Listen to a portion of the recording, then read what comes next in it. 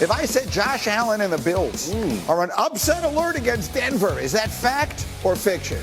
This is fact. I'm shocked saying it. This is fact. If you think about Denver, they've had 63 sacks. They get after you on defense. Bo Nix is playing extremely well. Broncos country, I got them right a couple weeks ago when I talked about Joe Burrow. They still hate me, but I'm good with you there. And then think about this. Sean Payton, I've lost the Super Bowl to Sean Payton. He will pull out all stops. Onside kicks, understand, it's all anymore. Onside kicks don't exist anymore. I'm just saying all He's making a point, yeah. I understand. Hey, the man is scarred. They onside kicked him in the Super Bowl. Let him. I am scarred. Yeah, well, if they had declared I've forgotten all about it, Hank Basket. I don't remember any part of it. Okay, so let's get into this here for a minute. Yeah. Because like every person I had here yesterday said the same thing you're saying to me now. Greeny, this is a tough spot, bad draw for the Bills. First, I think they're like a 9-point favorite. Second of all, the last 2 weeks before this, they just pitched a shutout. This Denver defense, everyone's telling me, is so good. And look, I have great respect for their season, their coach, and everything. Everyone's telling me how great this defense is. They just played against no one. Kansas City would have. That team was not trying to win the game. The previous 2 weeks, they gave up over 30 points to the Chargers and to Cincinnati. I know Cincinnati will score points. You're telling me Josh Allen isn't going to put up points against this team? 63 sacks. How many of those were against a guy who's 6'5", 250? We're not trying to dig. We're trying not to dig too deep in those numbers, Ross. It's just TV, okay? It's TV. I'm just saying, we get Hembo to run those. I think the point is that the 9 points suggest that it shouldn't be close. I think the idea that they will have a close game is realistic because of how good or how talented the Broncos defense is and their ability to play man coverage. When you can play man coverage, you have the flexibility to do a lot of things defensively without a kind of a standout X guy that's like top 5 in the league that will break that down, which we saw when they went up against Cincinnati. We saw what happened when you had T. Higgins going up against Riley Moss. It's like it's a hard thing to do man to man, but I don't know that. I don't know. They don't have a T. Higgins. Yeah, they don't have that guy. So I think that's what people imagine is like, all right, we can play tight man coverage, we can load the box, we can blitz, we can do all different things to give Josh Allen trouble. And that Bills defense isn't perfect. Like people can run the ball against it. I mean, they're nowhere close to perfect. That Bills defense has weaknesses also. Sure, fair enough. Let's not get crazy. We're not betting palatial estates on it. Okay, fair enough. But it is going to be tougher than people think. We'll see. Boosted? Josh Allen we're not boosting that one, baby. No boost. Josh Allen might win the MVP this year. If he doesn't, it's going to be Lamar Jackson. He's the subject of our next one. Neat. If I said it is Super Bowl or bust for Lamar Jackson right now, is that fact or fiction? Absolutely fact. I guess it depends on what you mean by bust. But Lamar Jackson is at that level. There are quarterbacks in this league that get to the level that have accomplished so much that getting a playoff win, getting to a championship game, like this doesn't matter for him, Josh Allen, Patrick Mahomes. These guys that are at that level is anytime they enter the playoffs, that is what their mindset should be. So it's ridiculous how early in his career he's gotten to the point where there's nothing he can do short of winning a Super Bowl that will impress us at this point, but he is there. It's not about, to me, it's not even about impressing us. To me, validate his career.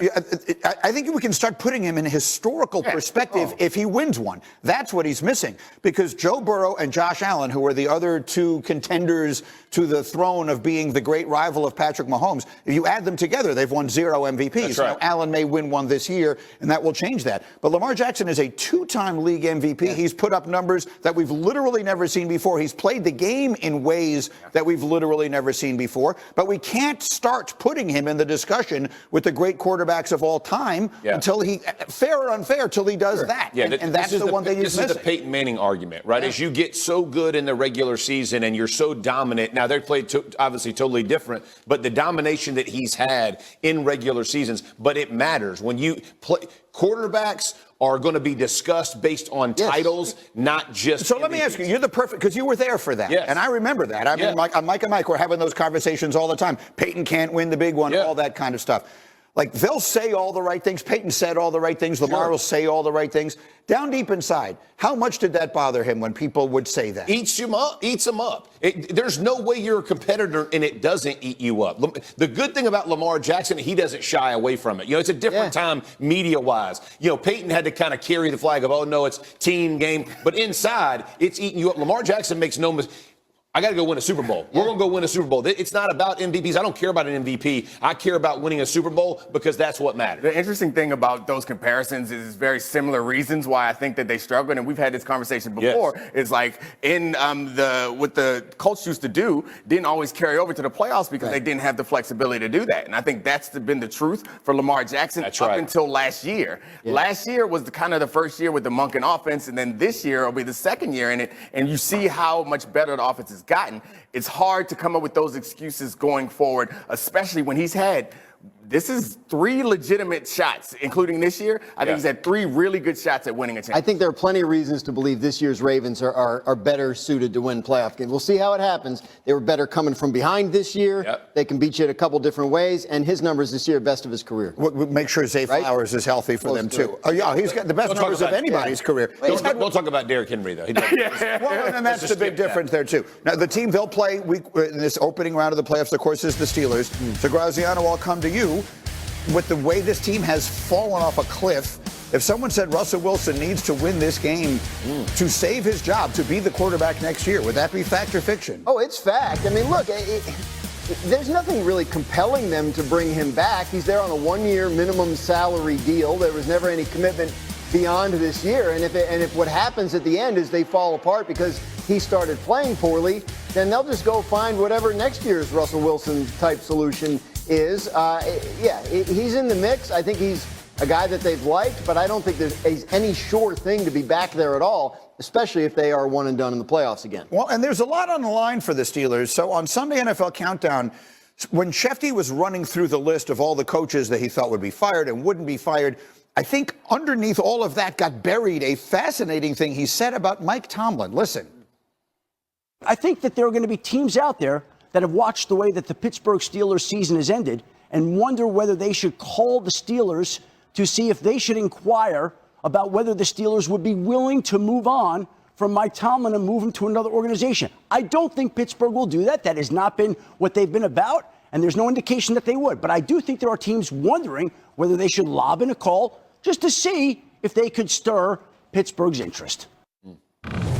So that got very interesting. Shefty pointed out yesterday that on McAfee's show, I believe, that Tomlin has a no-trade clause in his contract. But the reality is those things are sort of fungible anyway, because if he wants to go somewhere, then they're not trading him to a place he doesn't want to go. Right. You said an interesting thing to us in our meeting.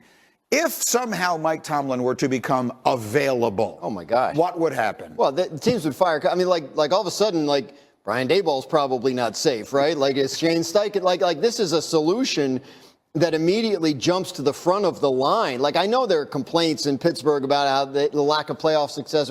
The way this guy manages an organization, the way this guy coaches a team, he would be everyone's top choice immediately if he were to become available. That's why they extended him last offseason. And to Adam's point, I don't think the Steelers would entertain this. He's a guy that shows up and makes everyone's job a lot easier, and especially the owner of the team. And so, I think we spend a lot of time on this show talking about the way that owners communicate their message. You hire Mike Tomlin, you can shut up and disappear. He becomes the face. He becomes the culture of the organization. It's very much like what Dan Campbell has done in Detroit. Mike Tomlin's been doing that for a long time. Dan Campbell is the flavor of the month, and he deserves all the credit. But I think that teams would get excited for that. The crazy part about this is the idea that the Steelers, who know what they have, would be willing to move on from it. Yeah, the Steelers organization is different than the Steelers fans. Steelers fans, some of them might be comfortable with that. I can't imagine that the organization would want to move on from Mike Tomlin. I don't think they would. Yeah, I agree with you. From a fan's perspective, the way this is playing out is getting old. Yeah. That's the problem. Sure. Fans are fanatics for a reason. They love their team, and you haven't won anything in a long time. But let's frame it in the right way. The last time I thought they were really competitive playoff-wise was Ben Roethlisberger. I think they started 11-0 or something like whatever that year was. They lost all the rest of their games and lost their first. And they were throwing like 2-yard passes that somebody would go. But that was the last time that you really thought. Since then, Mike Tomlin has been getting a team that's just kind of okay to the playoffs. And the problem is there's 7 teams on each side. Those teams are usually going to lose. And so you get to the playoffs and you lose and everybody blames you. But they haven't been good enough as a football team, apart from coaching, to go win those games. Well, just do something fun. Our friend Mark Silverman from Chicago gave us this idea. Put up C28 if you would. Okay. So I'm gonna C28. Now we're gonna go to Silverman said C28. Yeah. So we're gonna play a quick game. We're gonna show you the resumes of two NFL head coaches. Look how similar. Yeah. They have the same number of 10-win seasons. The one on the right actually has a little better playoff record. They both won one Super Bowl. The one on the left, I know who it is. Mike Tomlin on the left. Mike Tomlin. McCarthy on the right. the one on the right, Yeah, got to be Mike. is Mike McCarthy. Yeah. Think about the difference in the way. I played for him for a year. Body type gave it away there, Mike. Just think about. We've seen worse pictures. Think about the difference in the ways that they are perceived. Right. You know, like right now, you just said that if Mike Tomlin became available, every team in the NFL would fire their coach to hire him.